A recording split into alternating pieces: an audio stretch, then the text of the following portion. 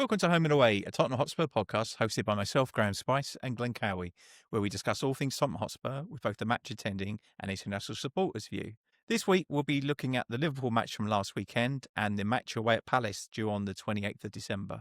A lot to get through, so let's get on with it. Let me be the one that you turn to, someone you can rely on, closer each day, home and away.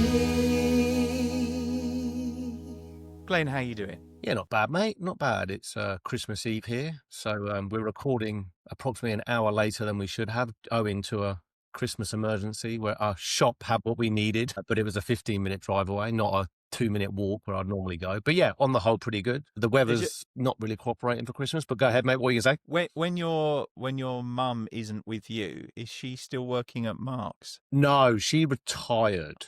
Okay.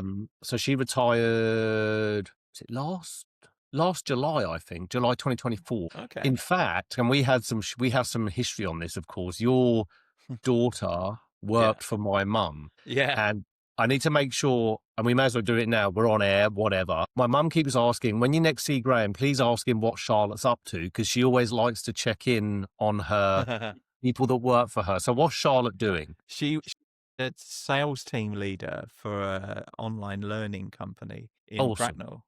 Okay, She's let Mum she's know. doing very well for herself. Yeah. So, but nice. Well, we were laughing because she knows obviously we do the pod and stuff, and we were laughing that there was that weird connection. You were over to mine for dinner in Denver, and we worked out that Charlotte worked for my mum. So we had our we couldn't actually get a delivery slot for food shopping, so we yesterday was going to do a click and collect from Tesco's for like.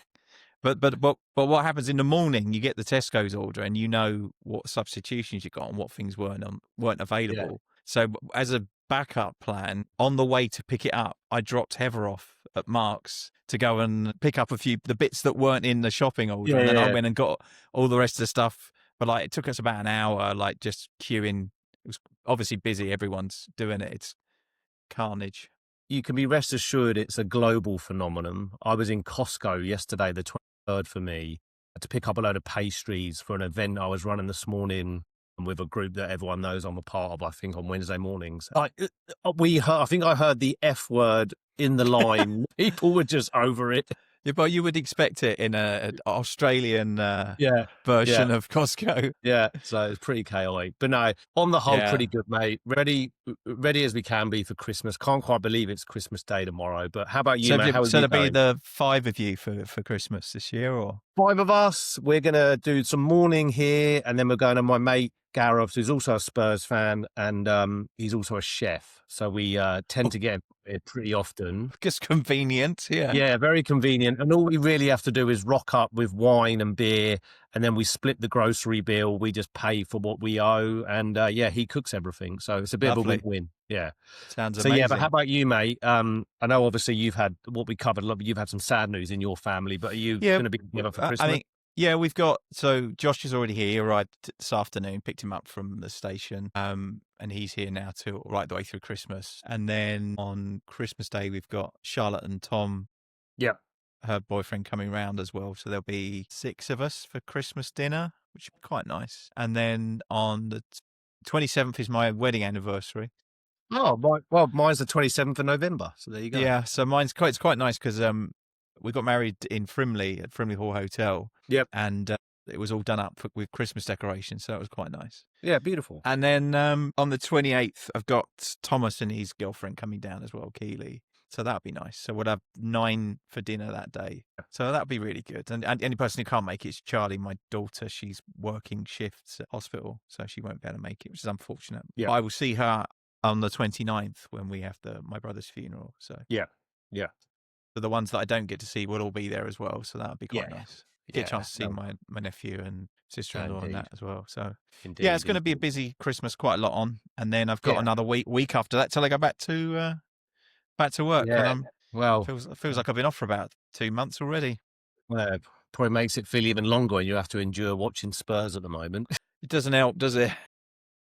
Well, with that said, yeah, I I didn't watch the Liverpool game live. I watched it on a delay. I mean, I thought, I don't know what your take was, but I thought even before the Xavi incident, which we'll get into in a minute, I thought we were going backwards. I thought that we were on the retreat more than we were going forward. I mean, there were occasions when Porro was almost on the counter and then he would turn around and come backwards, and Kudos was doing the same.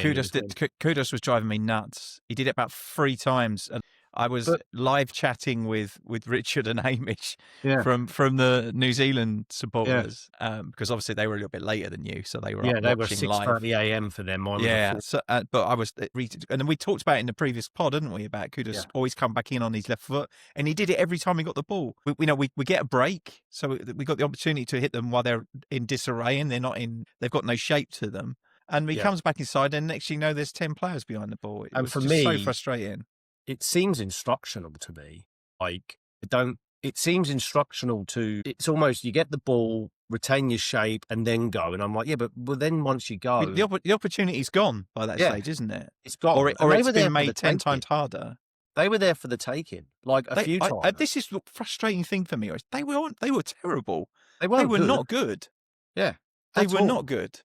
Yeah. I mean, I was really disappointed. I mean, again, there's no point in giving them a head start and then, losing players. We just lost our heads a little bit later in the game, didn't we? Could easily have been a lot less players on the pitch. The ref was he was a bit card happy. Well, and I felt like he missed some really key incidents, like the push for the second goal was nuts. Clear foul for me. Anyone else gives that as a foul, and it's a goal. Clear foul for me. And I think going back to the Xavi incident, look, I think his stride takes him into that challenge. I don't know that he's out to hurt. I don't think it was intentional, no.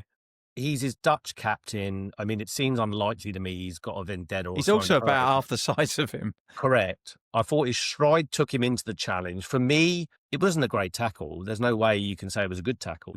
He's not near the ball. His studs are technically up, and you slow it down, it looks really bad. It's one of those where it could have been a yellow and a firm telling off. And a lot of people are putting this out on socials. Van Dijk, ironically, did exactly the same to Solanke in the Cup semi-final. The big difference, Graeme, there was no VAR in that game. League Cup didn't have VAR. The VAR, let's not forget, VAR gave that. Everyone's going in on the ref. The ref's seen it because he's seen it enough to give a yellow card, and then they've decided to upgrade They've re-refed it and said, no, it's a red, which that's where I just have a fundamental problem with VAR.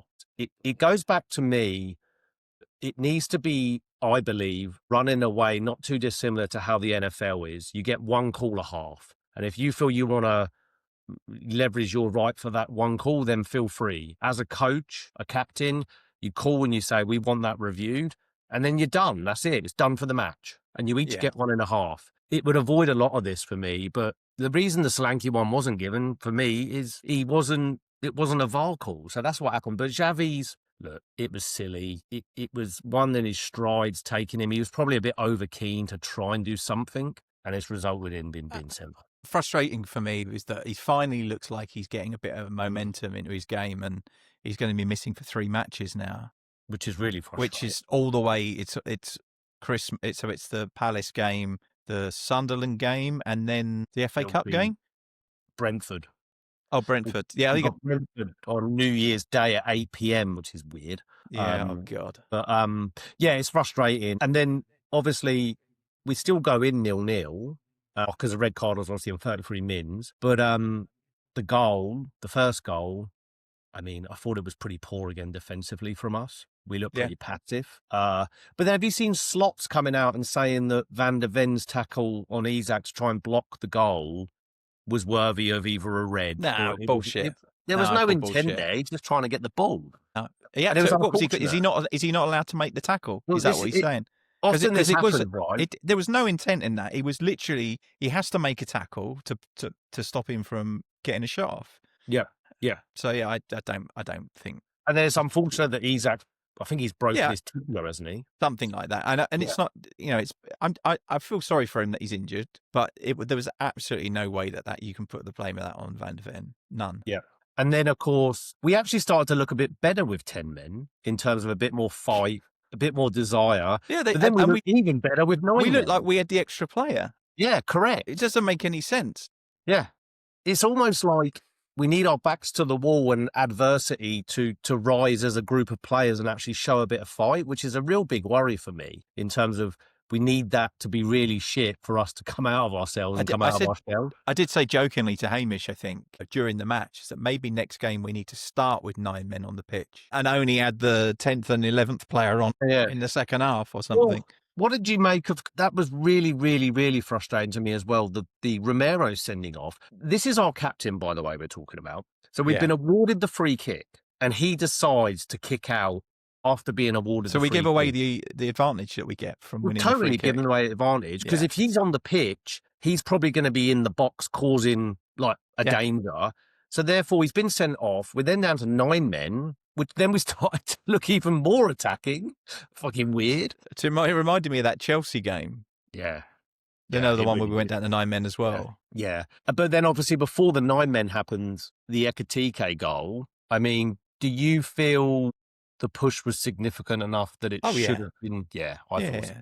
Yeah, 2 hands in his back. Yeah, it looked. It's a no-brainer. I still don't. It wasn't even looked at by VAR, was it? Nah. I don't understand it. And look, removing all of that, you factor in the Romero behaviour, the Xavi one there, but just overall, it looked like we were a little bit ill-disciplined. I thought Richarlison was lucky. Yeah, there could have been more yellows. Could have been more yellows. And Richarlison, I don't know if you picked up on it when he scored. I don't know who it was on the line. Whoever was on the ground, he grabbed him by the neck. I'm like, why are you doing that? Just get back and take the kick off. He's always looking for trouble, though, isn't he? Yeah, so overall, a really frustrating game for many, many reasons. The overarching one for me was, with 11 men on the pitch, we never looked like a threat. Then we looked like a threat with 9 men on the pitch. Had we started like that with 11 against that Liverpool team, we might have actually got something more than nothing out of the game. You know, we're not crafting enough chances, are we? We're just not. Nah. And then we're against anyone. With the Fulham result, we're now 14. Yeah. We're only 6 points off relegation. Yeah, which is a big worry. We're closer to that than we are 4th place. In previous seasons, if someone said to me, Palace, Brentford, Sunderland, you'd say, oh, okay, that's maybe 7 points, maybe 6 points, maybe 5 points. I'd be happy if we got a point. I just worry about losing all of them. 2 of them are away, by the way. And Sunderland at home, Sunderland are a good team.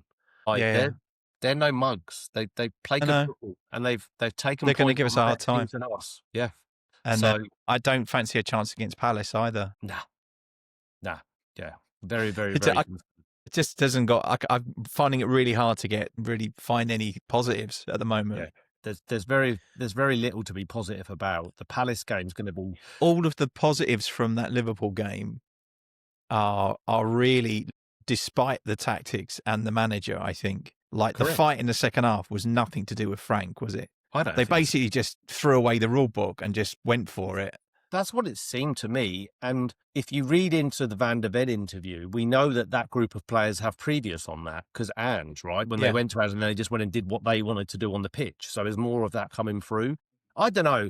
It's interesting about Frank and his future because I had a very different perspective from my brother-in-law, who we will get on as a guest. And he supports Spurs mainly because of me, but he just loves sport, right? So he loves basketball. He doesn't really watch NFL, college football, baseball, and obviously football with Spurs. But he had the differing perspective with Thomas Frank. He's not going to do what he does well in 3 or 4 months. Like, it's a longer term game plan with him. Like, it has to be because of what he's had previously. My concern with that is, whilst I don't disagree with Ryan's viewpoint, I don't know if he'll get the time because fans dictate. And the more toxic it gets, maybe the more it can't go on. Not that I agree with either approach, right? It's if you bin him off, I don't love and revel in the fact that we've got yet another manager to go and find. And if you don't bin him off, the only thing I'll say is that I thought that the home crowd were pretty supportive against Liverpool. Oh, I thought so too. But I mean, comparatively,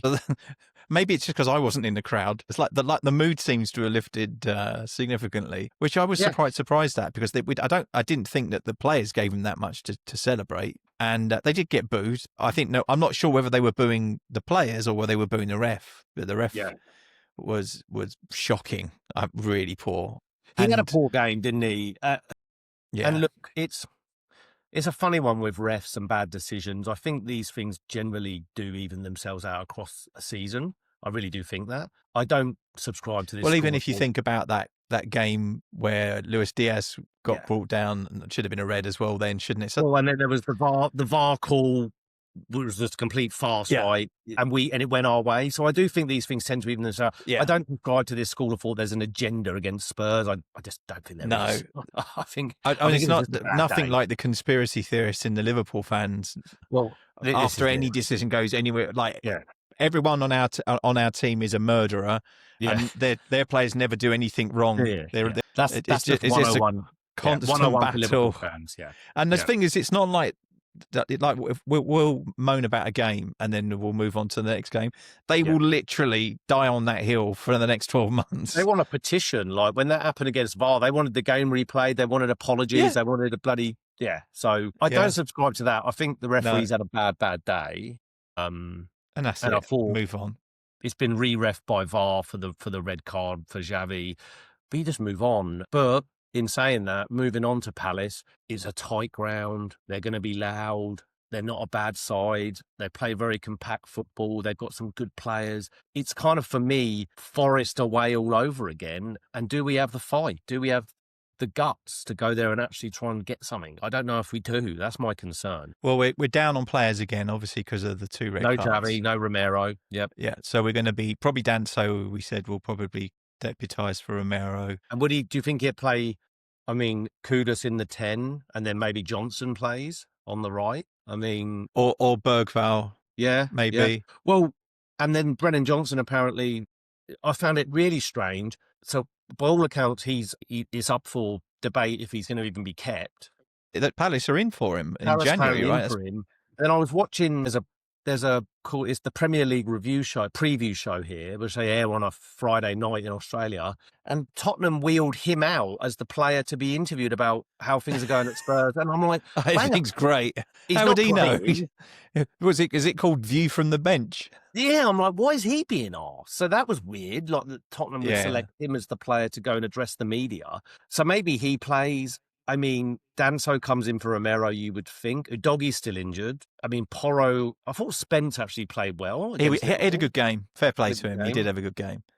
Bentancur, I think Paulinho will probably play against Palace, you would think. I was surprised he didn't start against Liverpool. I thought that was the game you do probably start in. But the lack of creativity in that 11 that's going to be, if you think we're dull, it's going to be a tough watch, isn't it? Oh, God. Palace aren't going to. Palace are they're compact and they break quickly. Yeah. So it's going to, and my worry with that is that it will come down to defensive mistakes, and we have shown that we're more than capable of generating those. Yeah, we've got a lot in our locker as far as errors and mistakes.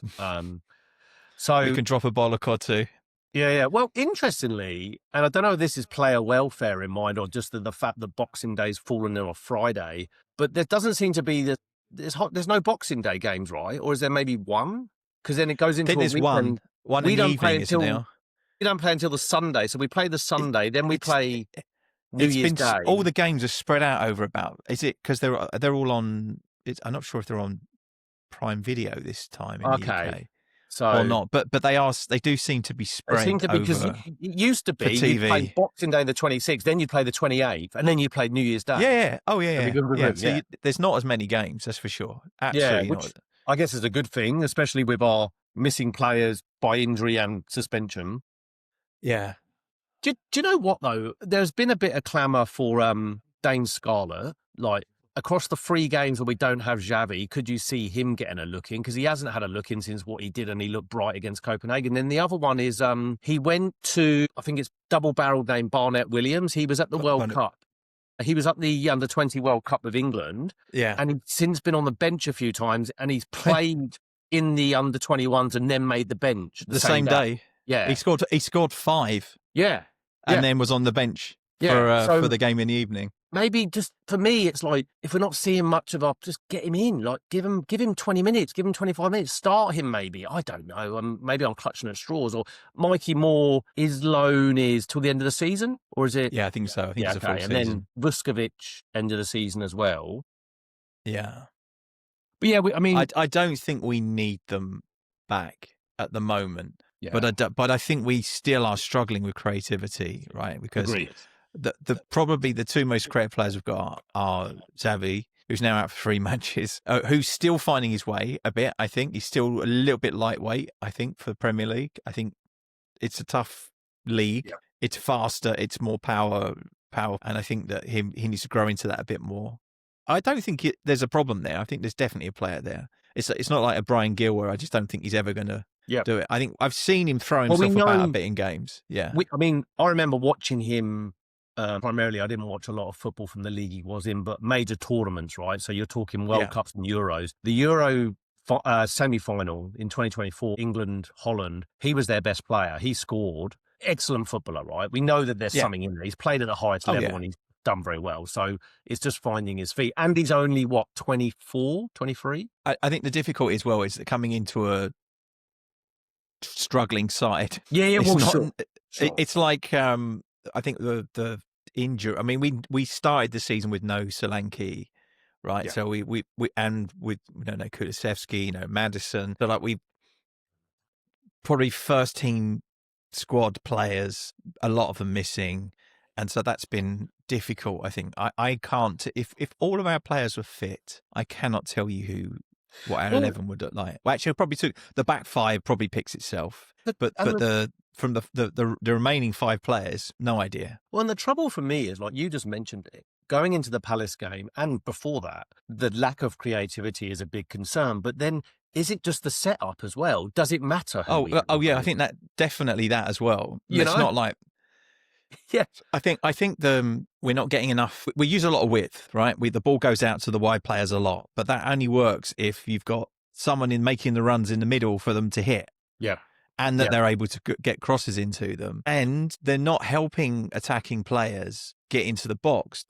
Timing runs is hard when every time you make the run, the player cuts back inside. Yeah. And also when he comes inside, it means that it's a more narrow angle for the cross, correct, right? Yeah. So always it's more diagonal than a cross. I'll be genuinely a bit miffed if we do sell Johnson. I understand why he's not playing because of the system, but he's as close to what we have as a poacher at the moment in terms of if a goal, right? If we're playing two strikers, maybe just put him up front. Correct. Like he's much more likely to hit a run into the box and knock something in, isn't he? Yeah. I mean, him and Richarlison probably would be...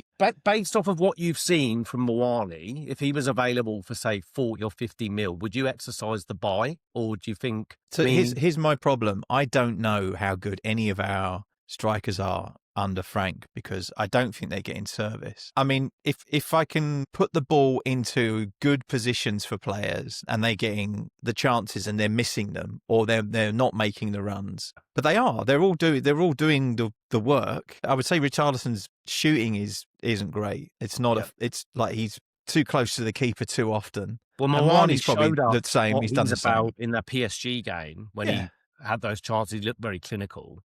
Yeah. Again, so yeah, I mean, like Kudus, I don't know, he seems to have lost his way a little bit as the season's gone on. He started really strongly, but I'm like, as you say, is he following instruction or is this just his decision making? There's always space down the outside, and he's not using it. So I don't understand if that's what he's being told to do or not. It's difficult to tell, right? But yeah. This is going to be an energy game, right? It's going to be getting players who can. We've got no Pape Matar, of course, because he's at AFCON. Basuma, not that he's been playing, but he's also AFCON. Yeah, so probably Bergvall might play. Probably Palhinha and Bentancur as a 2. Maybe Bergvall in front of them. Thing is, there's room for Bergvall, as I've always said, for me in a more advanced role as well, in terms of playing in that pocket, because he get up and down. He's a good 8, right? Yeah. And the same for Archie Gray. I still think that's his best position. Actually thought Archie Gray did okay the other day. And I think he's so young still. There's so much more to come from him as a player. It's just dependent on what plays out. And as you said, it's true. It's really hard to, with the quality of football we're playing. Yeah.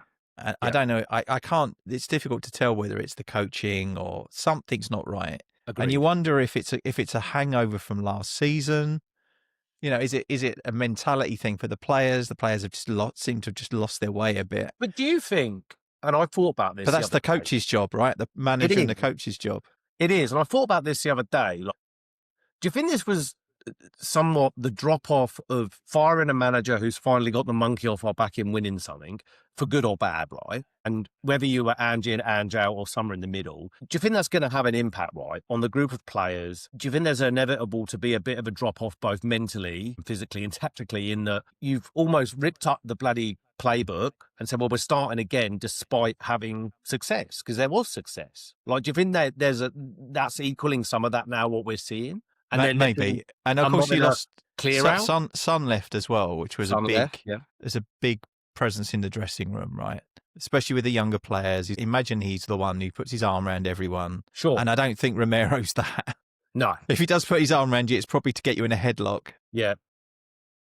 I don't know. I feel like that there's I think we talked about it, right? There's a footballing identity issue. Big time. What are we? Yeah. What kind of team are we? Because I'm not Frank's. I feel like he's too much of a chameleon, right? He's trying to worry about what the other team are doing as well. And we talked about that a bit. And sometimes when we impose ourselves on teams, we need to do that on such certainty. Maybe against Liverpool, we actually, with the way they've been playing, we should have gone right at them. They were there for the taking. Yeah. They really were. They were not good. And in the end, we just let them get away with it, didn't we? So frustrating. No, indeed. Well, Palace, again, same thing. I think that we really need to keep possession. None of this sloppy, shitty passing we've been doing. We were giving the ball away too much. I'm actually, and look, I don't know how it all works on how games are picked, but I'm staggered that Sky have picked that for the big main event on a Sunday of Christmas. It's 4:30 p.m. on a Sunday of Christmas weekend. I'm like, bloody hell, you could have picked something. It's not going to be a good game, in my opinion. It's going to be incredibly dull. Yeah. Right. I mean, don't think it'd be good. And then I think we need better possession. We've been really poor at that. It's possession in the right areas, Graeme, right? It's all well and good having it in front of a team. I want to see us, like you said, having a go, getting in behind, having the fullbacks transition forward, having Kudos going over the halfway line and taking on a man. I would much rather he takes on a man and loses the ball. I think that's the frustration, right? I'm okay with us losing the ball, trying to find a defence splitting pass that gets us into a dangerous position in the final third, but we're giving the ball away, doing short passing in the middle of the pitch where we're not making enough progress up the pitch. So that's been 5-yard passes in midfield going to opposition players is schoolboy stuff. Yeah, but I don't know if it's just pressure or confidence. I don't know what it is, but most of these are international players, but sometimes they do not play like it, and I understand where that comes from. Yeah. Maybe they're feeling the pressure of expectation because things are going so. Maybe it's like self-fulfilling in the end. But what expectation is that? Because I don't believe I'm not the supporters in the stadium. I think so, but the expectation for me, I know that we're not going to win every game. I know we're not going to win the league, right? I know that we'll probably maybe be top 8, top 6, and we're all. But we can also see when they're trying and when they're not trying. Yeah, and I think that's the thing. No, I totally agree. And the frustrating thing is, it's difficult to know how much of it is the players and how much of it is the way we're set up. Because if we looked at another scenario, let's say we lose to Palace, which is possible, and they do pull the pin on Frank. Do we then see a new manager bounce? Do we see an interim come in and then all of a sudden they get a tune out of this group of players, like sometimes happens? And then do we see yet another drop off when the new guy comes in, like in the summer? Like, I don't want that chaos again, but if we lose to Palace, I can see that, just like I could see why they got rid of Ange. I understood it. And I would understand if we lost to Palace, why they would get rid of Frank. I understand why they would do it. There's logic behind both the decisions. You could look at the working out of the decision and say, well, actually, that's fair enough. Yeah. You don't have to agree with it, but you can say. Yeah. But I guess the issue here is, right, if we pull the plug now and we don't have a permanent replacement lined up immediately, I mean, like, sacked on a Thursday, new manager in on a Friday. Much like what happened when we got Mourinho, when they fired Pot. Exactly. Yeah. They'd done the deal before they pulled the pin on him. Then that's a problem, right? Because we can't afford to have a manager hunt drag on through January. Yeah. And why would we commit large amounts of money in January to players if we don't know correct. how we're going to be playing by the end of And January? I just mentioned him. There's no way Pochettino comes now. There's no way. And for two reasons. No. One, I think the release is £20 million for him to get out of his contract with the US. It's And not B, worth it.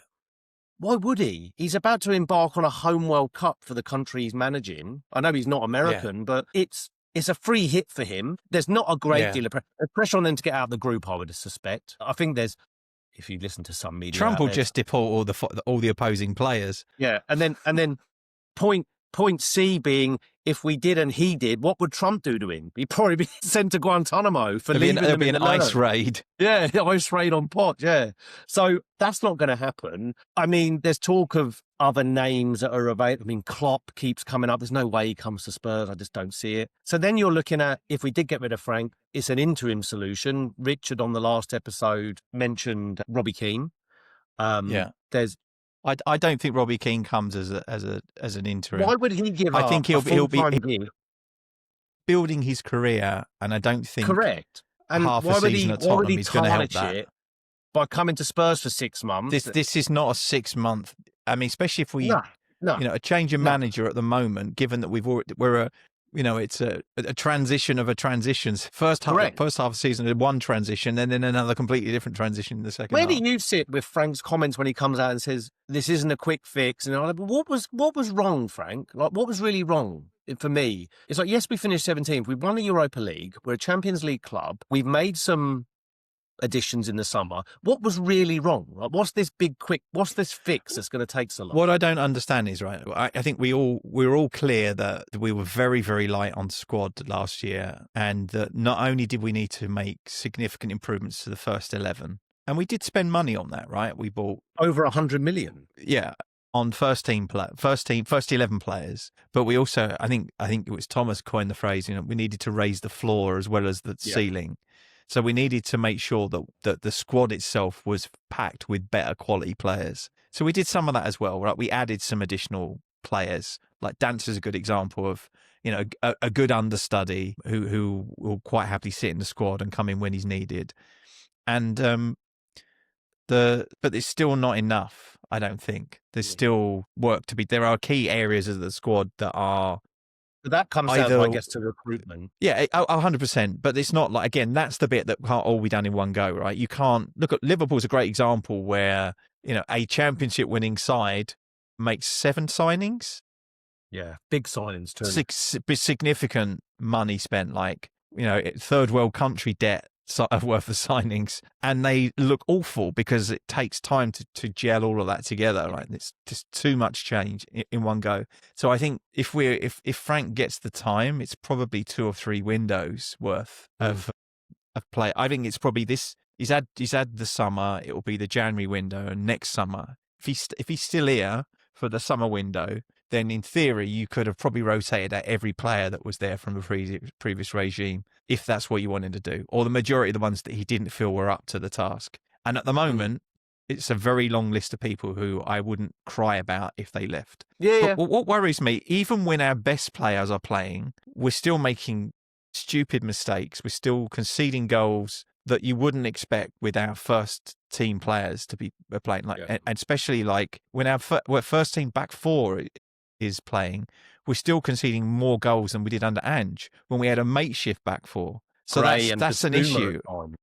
Yeah, exactly. Or Dragusin and Gray, or we had like it was like a lucky dip, wasn't it, for a back four most of the last season. So before we move away from it, the Palace game, are you daring enough to put a prediction on it? I mean, I think it'll be a dull, low-scoring game. I can see it being a 0-0. I really can. I can see us digging in and digging out a 0-0. I don't think it'll be very pleasing on the eye, though. I don't think so either. I think I'll go 1-0. And I'm really having to struggle to see us getting something from the game, be honest. Yeah. I wouldn't be surprised if we lost 2-1 or something, but I'll go 1-1. Yeah, I can absolutely see it, yeah. And then obviously the transfer window opens in 7 days or 8 days. Yeah. But we've had a notable departure, not on the playing staff, but Matty Wells has joined Colorado Rapids as their head coach. If he wants a Yeah. rental to live in, I'm happy to evict my current tenants because my house in Denver's like a 10-minute drive from the stadium. Yeah. So, but interesting exit in that he was more than just probably an assistant coach in that he got Tottenham. It was in his blood, wasn't it? Because his uncle, was it his great uncle or grandfather was not, was it John White or who was, because he had some relation, didn't he? Where he was quite well connected to the club, I would say, Yeah. in terms of Correct. what he offered. So Yeah, he had interesting. family history there. Yeah. Interesting departure there. And obviously, from all accounts, a decent footballing brain. So he's gone. And then I called this, and we'd have to go back to the archives to reaffirm exactly what I said. But when Parratici and Langer were announced as a joint part, I said, there's no way that lasts. There's no way that role is going to be fulfilled by two people and it's going to go well. Well, lo and behold, Parratici is looking like he's going to Fiorentina as their director of football. It's a weird one. Yeah. Because it's like a Levy appointment though, was he? When he came back, was that under Levy? sure, it must have been around the same time, right? Because the announcement was done by Vinay. Yeah. So when he said that it was going to be joint. Again, I think we said you said it definitely at the time. That ain't going to last till March, and we're lucky if it lasts to Christmas at this range. I don't know. It's weird, right? I think there's some benefits from having Paratici because he's different from Langer, right? He goes after different deals. He moves in different circles, but he's quite limited in the pool of players that he seems to work with, right? He seems to recycle the same players a lot from the same teams that he's worked at before. Bit like Harry Redknapp with Nico Cranchar and Jermaine Defoe. Exactly. They were like they were in his hand baggage every time he went between clubs. But I don't know. I can't even begin to guess why he would choose to go to Fiorentina over staying, unless, as you say, whether him coming back was a Levy decision because maybe Levy felt he could work with him or wanted to work with him, and maybe the deal was already signed and the club couldn't undo that quickly. But we don't know how much he's been working in the background on transfers, right? We just don't know. Maybe he leaves at the end of the transfer window after he's completed it. Quite Who possibly. knows? I mean, he might have some players in the. Do you know what? He almost acts more like an agent, doesn't he? In terms He of is a bit, relationship. He's like one of those super agents. Yeah, and players that you can get over the line. Because I think it was Sarr, Kulusevski, Romero. I think Vicario, Bentancur. Yeah. There's been good players that he's unearthed, no doubt. Oh yeah. Yeah. I think Udogie was another one. I think he had more hits than misses. Yeah. But we did have a few misses, but not as.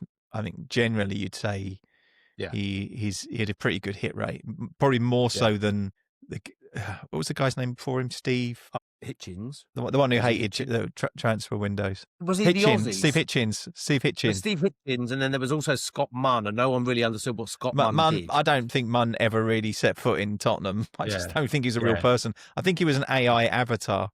Yeah, quite possibly. Yeah. Yeah, so no, I think it was Hitchin. He, never really. And then we've had a really terrible run of people in that role or similar roles, right? I think we've either had people that were good at their job but couldn't work with Daniel Levy, or were not good at their job and still couldn't work with Daniel Levy. None of which really led to really good transfer outcomes. I think we spent a lot of money on mediocre players, and I don't think we can afford to do that going forward. Right?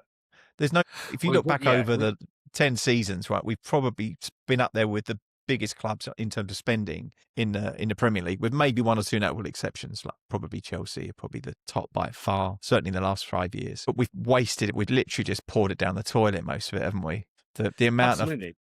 We've never, since Kane and Son really became since Pochettino, there are very few players we brought in that have really improved the first 11. When you can say they've come in and they've been a marquee sign and made a difference. Yeah.